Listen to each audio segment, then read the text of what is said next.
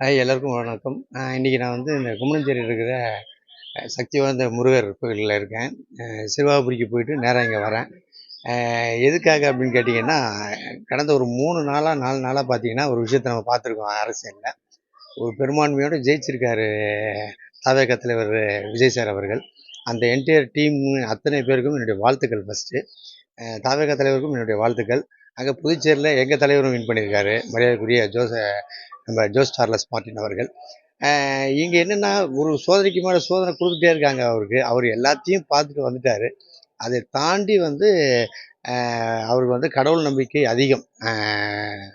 Vijay sir அவர்களுக்கு. அ இது கூட போயிட்டு வந்திருக்காரு.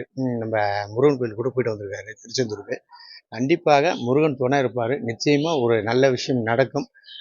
கொஞ்சம் இழுபறியா இருந்தா கூட அவர் பார்க்காத சோதனை கிடையாது. சினி ஃபீல்ட்லயும் நிறைய சோதனை பார்த்துட்டாரு. இப்ப அரசியலையும் பார்க்குறாரு.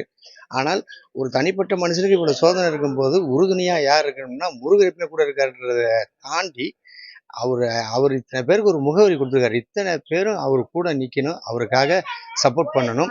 அவரு அவருக்கு எந்த வகையிலையும் கெட்ட பேர் ஏற்படுத்திடக்கூடாது. அதுல கேர்ஃபுல்லா இருக்கணும். அதே மாதிரி சாரும் வந்துட்டு நிறைய வாக்குறுதி கொடுத்துருக்காரு. அதெல்லாம் நிறைவேற்றணும். இத மெயினா வந்து அவருக்கு வந்து கடவுள் வந்துட்டு அந்த வில் பவர், அதாவது அந்த ம ம மன தைரியமும் இதுவும் குடுக்கணும். எந்த சங்கடமும் பட வேண்டாம் சார். எல்லாரும் சப்போர்ட் பண்றாங்க உங்களுக்கு. மக்கள்லாம் இவ்வளோ தூரம் சப்போர்ட் பண்ணி இந்த அளவுக்கு பண்ணியிருக்காங்க. மக்கள்லாம் உங்க கூட நிக்கிறாங்க. அந்த மக்களோட மக்களா தாடி பாலாஜின்னு நிப்பேன். ஒரு நண்பரா எப்பயுமே நிப்பேன்.